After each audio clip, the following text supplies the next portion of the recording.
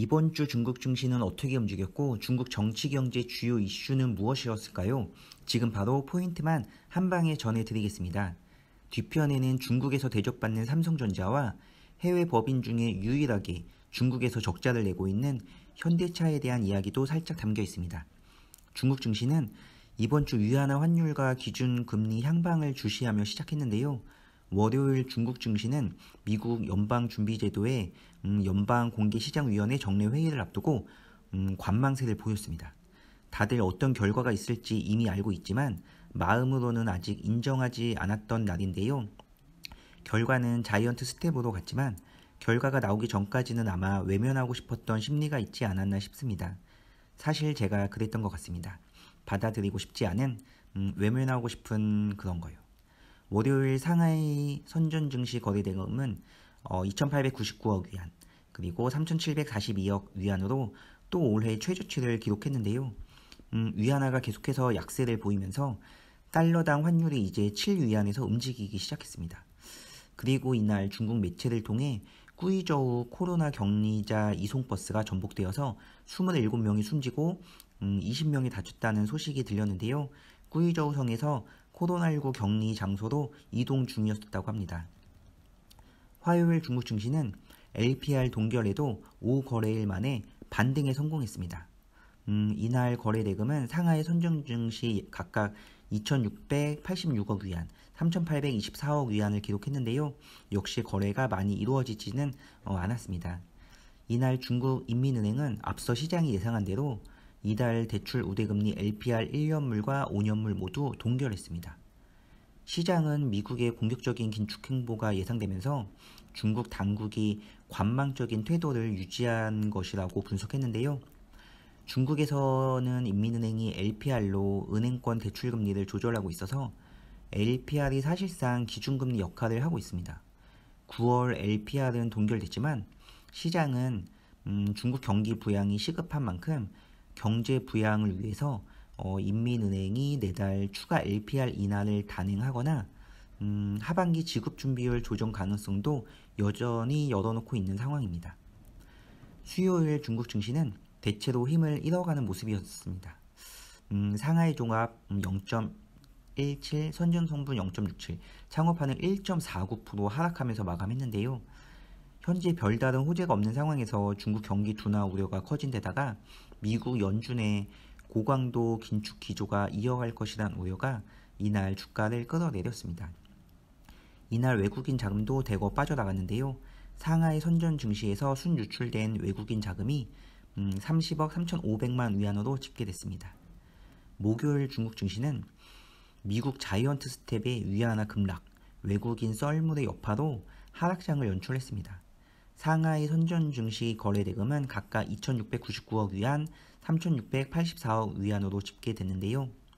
간밤 미국 연준의 자이언트 스텝으로 금융 긴축 장기화 우려 속에 투자 심리가 악화됐고 특히 위안화 약세 부담이 중국 증시를 짓눌렀습니다.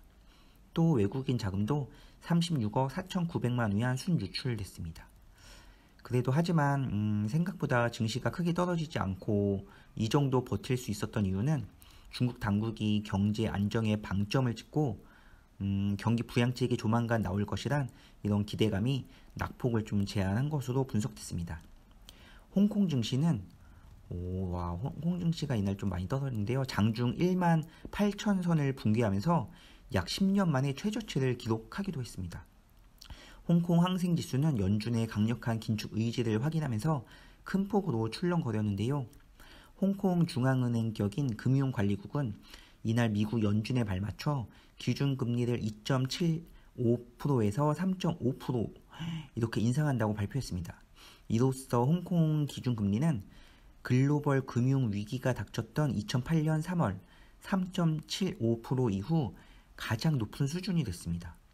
홍콩은 1983년부터 통화 가치가 미국 달러 대비 7.75에서 7.86 홍콩 달러 범위에서 움직이는 달러 연동 환율제를 채택하고 있기 때문에 홍콩 금융관리국은 통화 정책을 연준과 연동해 이렇게 적용하고 있다고 합니다.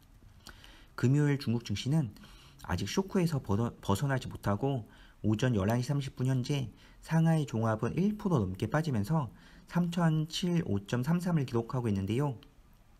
최근 5일 흐름을 봐도 이렇게 밑에서 움직이고 있는 모습을 볼 수 있습니다. 특별한 재료가 나오기 전까지 흐린 날을 이어갈 것으로 보입니다. 얼마 전 베이징에서 열린 세미나에서 나온 괜찮은 이야기가 있어서 살짝 전해드리려고 합니다. 한국과 중국의 관계에 대한 부분인데요. 오늘 저녁 식사 자리에서 가십거리로 사용하셔도 좋을 것 같습니다.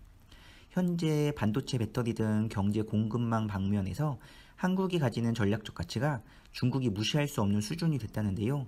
특히 반도체 부분에 있어서 중국은 한국과 협력을 강화할 수밖에 없을 것이라고 전망하고 있습니다. 올 초 중국 산시성 시안이 코로나19 발발로 봉쇄됐을 때 현지 지방정부는 물론 중앙정부까지 나서서 국내외 공급망 혼란이 초래되지 않도록 시안에 소재한 삼성 반도체 공장 조업을 챙겼다고 합니다.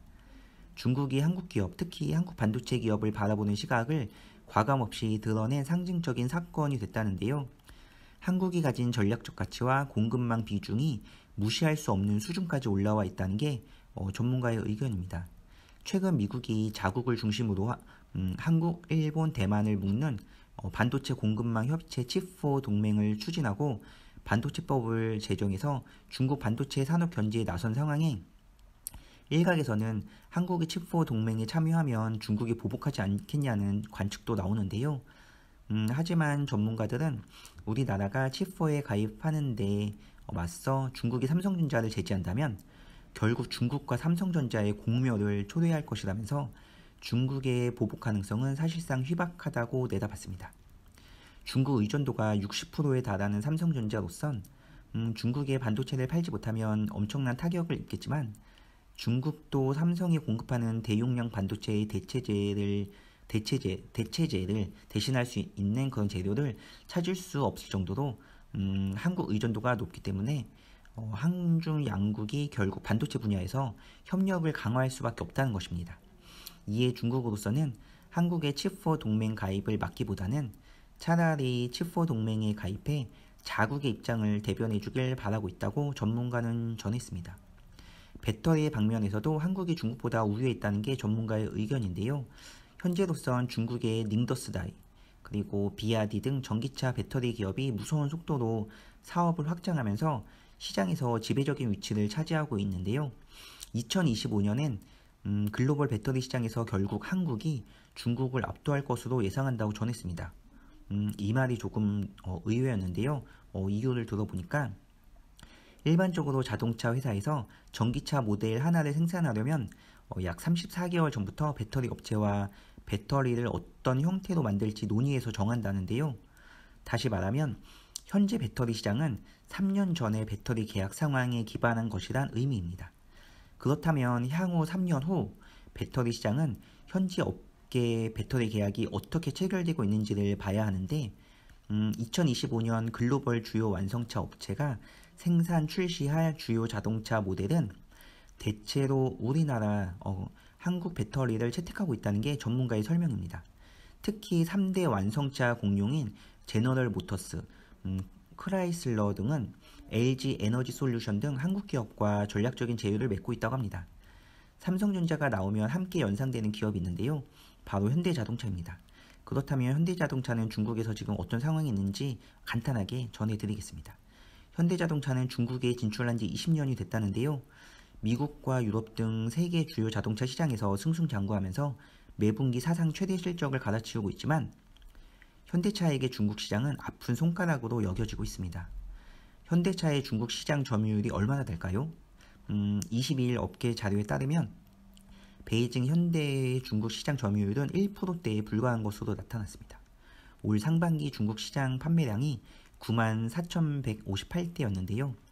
지난해 19만 4,085대에 비해 52%나 하락한 수치입니다. 현대차의 해외 시장 가운데 유일하게 적자를 기록하고 있는 법인이라는데요. 베이징 현대는 2013년 중국 시장에서 차량 판매 100만 대를 돌파하면서 중국 진출 자동차 외자 합작 기업으로서 최단기간에 100만 대 판매 클럽에 진입했고 2016년에는 180만 대를 판매하면서 정점을 찍었습니다. 하지만 이 영광은 오래가지 못하고 2017년 중국이 한국에 대해 사드 설치에 대한 보복으로 이른바 한알령을 본격화하면서 판매량이 급감하기 시작했습니다.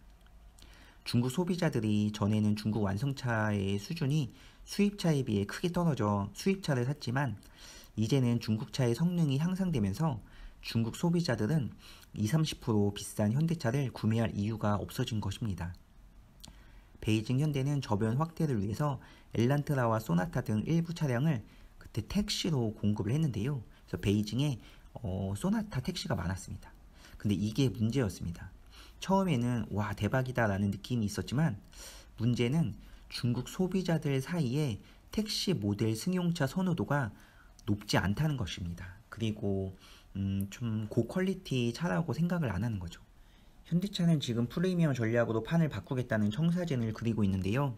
앞서 언급했듯이 중국 업체들 경쟁력이 높아지면서 더 이상 가성비 브랜드로서는 의미가 없기 때문입니다. 이 소식은 여기까지만 전해드리겠습니다. 집카페TV는 계속해서 한 주간 중국 증시 및 중국 정치 경제 등의 상황을 잘 살펴보면서 주요한 내용들만 포인트만 정리해서 중국 주식은 지금 코너에 올려드리겠습니다. 많은 관심 부탁드리며 구독과 좋아요도 부탁드립니다. 감사합니다.